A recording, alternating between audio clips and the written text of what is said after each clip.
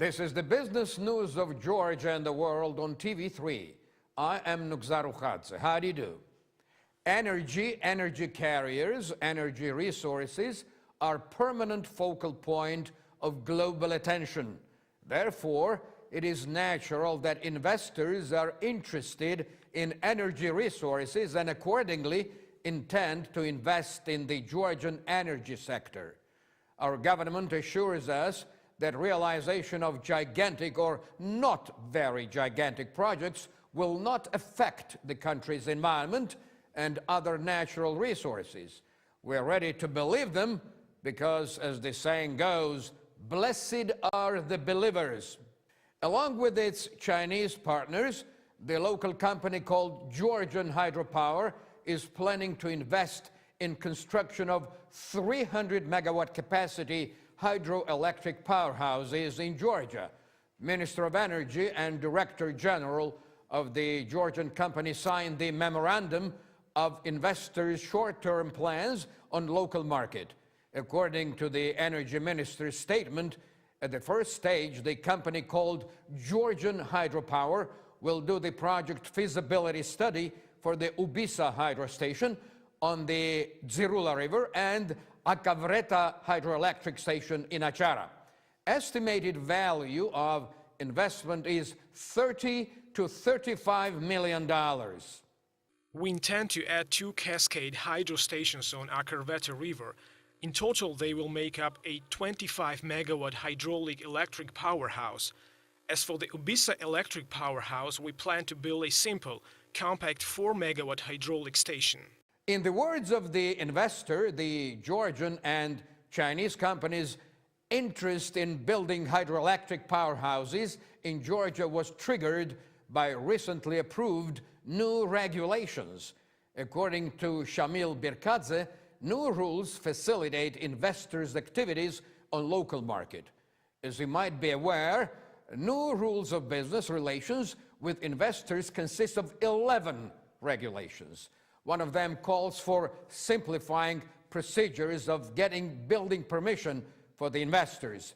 The other one stipulates that obligatory volume of generated electricity that must be sold on local market shall be reduced to 20%. What a slack! One more memorandum about the feasibility study was signed by the Ministry of Energy and the company called Mtkvari Energy. The memorandum envisages building of 16 new hydroelectric power stations. Research will take 27 months. After that, construction is scheduled to ensue. It is Georgian company. After our mission introduced amendments to Resolution 107, Georgian Business Reviewed, it shows interest in making investment in this sector. At the first stage, in the wake of 27-month-long research, the company in question must present feasibility report along with the ecological conclusion. They shall confirm that construction of these hydro stations is secure. Total capacity of hydropower houses envisaged by the memorandum will amount to 331 megawatts, and their annual output will equal 2 billion kilowatt hours. The investment of about $600 million will be made in realization of these projects. The powerhouse will be built on the Mtkvari River. Euro Commission published the list of 250 priority energy projects of common interest, which are supposed to be financed by almost 6 billion euros between the years of 2014 and 2020. The document indicates that Europe shall cooperate with Georgia in 2 directions. One corridor combines Trans-Anatolian gas pipeline, South Caucasus pipeline, and Trans-Caspian pipeline via Georgia and Turkey. The corridor delivers Caspian energy carriers to Europe, including Austria through Southeast Europe and Italy via the Adriatic Sea. The other corridor combines Trans-Caspian pipeline, South Caucasus pipeline, and the underwater pipeline, By means of so-called White Stream, Europe will be getting 8 billion cubic meters of Caspian natural gas annually. European Union endeavors to provide about 28 European Union member countries at least with 2 natural gas sources to diminish their dependence on Russia. Most of the projects of Euro Union envisage integration of its new members, Lithuania, Latvia, Estonia, Poland, and Finland, in the Euro Union power grid, which also foresees building of gas reservoirs in the Baltic Sea. Did reduction of electricity tariffs affect investment plans of Telasi? In the interview with our TV3, Alexander Pakhomov, member of Managing Board of Interrao, said that Georgia is an interesting country for investors. In his words, every step of the Georgian government fully coincides with the activities of the investor. However, the member of the Managing Board of Interrao made no comment on the issue of tariff cutback. Meanwhile, Director General Telasi emphasizes that his company takes account of Energy Regulatory Commission's recommendations and tariff cutback is no problem. Electricity tariffs were reduced on January the 1st of 2013. Ministry of Energy concluded memorandums with energy companies, initially for a 3-month term, later for the period of several years. Some experts voiced their assumption and that due to the reduced tariffs, Telasi would cut back investment in the development of electricity supply network. With the aim of financing various projects, several companies addressed the co-investment fund that was set up on the initiative of Georgian Prime Minister. The head of investment agency told our TV3 that management of co-investment fund would like to get by the end of this year the plans of realization of several projects. According to Georgi Pertaya, besides local business companies, foreign investors also wish to cooperate with the fund. As far as I know, they're already studying several projects. Although there is no time for launching construction works, the fund management is intent on approving some projects till the end of this year. Main trends of co-investment fund are energy, agriculture, and tourism. Georgian business portal Grow Georgia, which was created for attracting investments, started to function. The project is implemented by Estimation and Management Consulting, and within its framework, Georgian business companies can post the information on their business and investment projects. According to the representatives of Estimation and Management Consulting, the website aims to attract investments to Georgia and to introduce local companies to potential investors.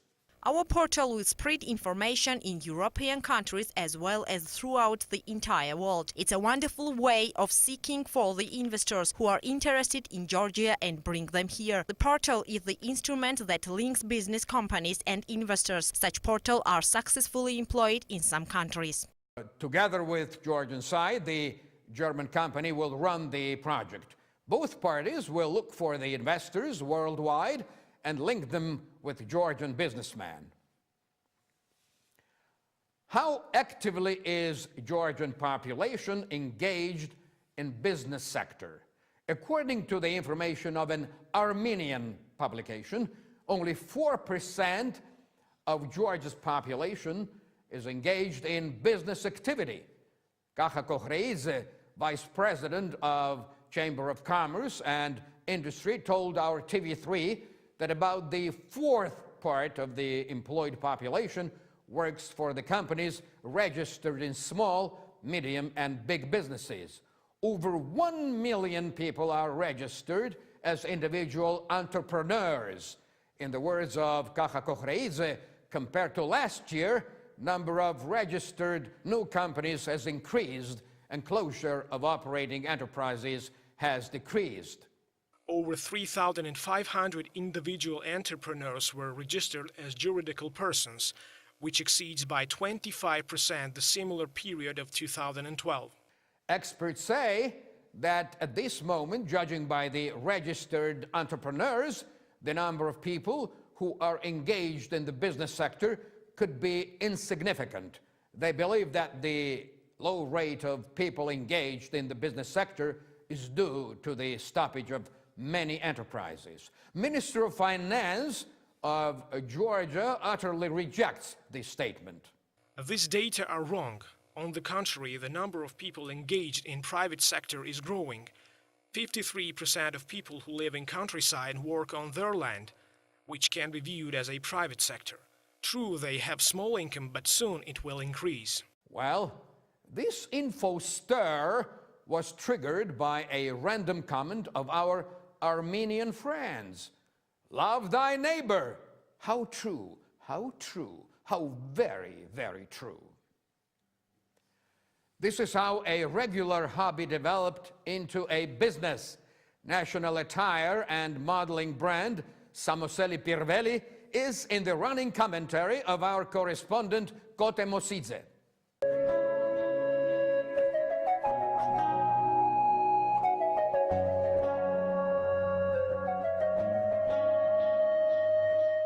Georgians have their own tradition of marriage, and a lot of foreign guests have been charmed by the Georgian wedding.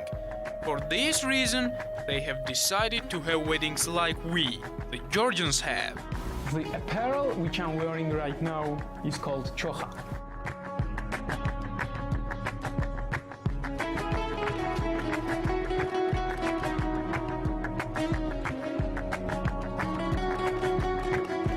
Recently, bridegrooms in Georgia have started wearing chochas in their wedding ceremonies.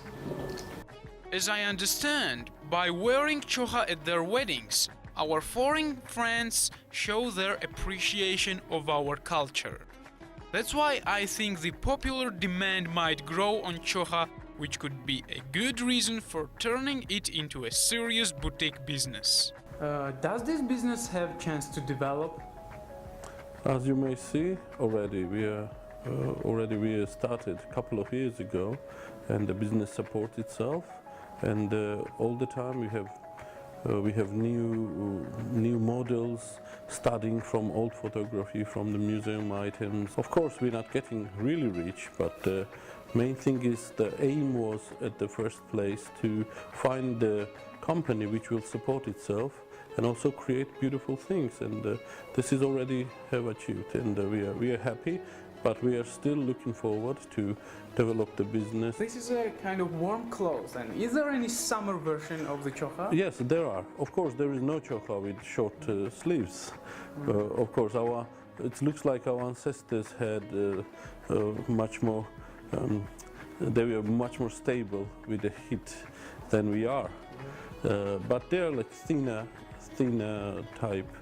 This Georgian attire is exactly as attractive as, for example, the Scottish kilt, the Japanese kimono, and others. Another example of the fact that our foreign guests admire some aspects of our tradition is that they often purchase traditional accessories to take them home as the best reminders of the time spent here in Georgia.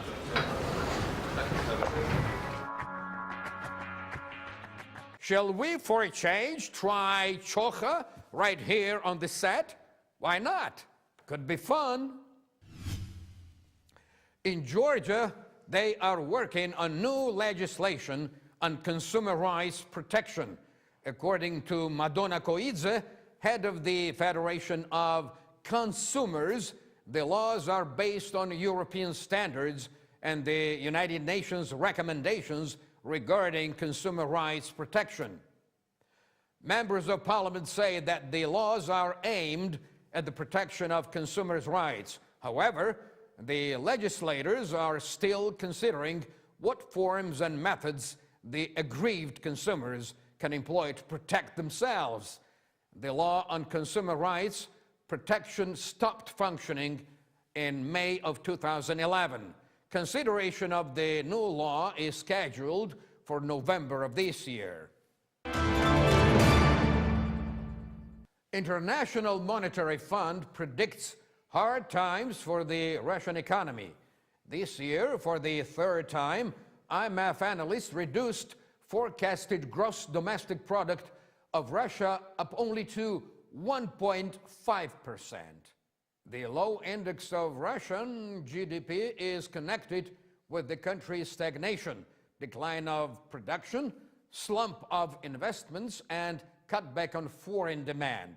According to the conclusion of IMF, Russia should work out a new economic model and stake not on the high prices for oil, but on the improvement of investment climate and more effective use of its resources.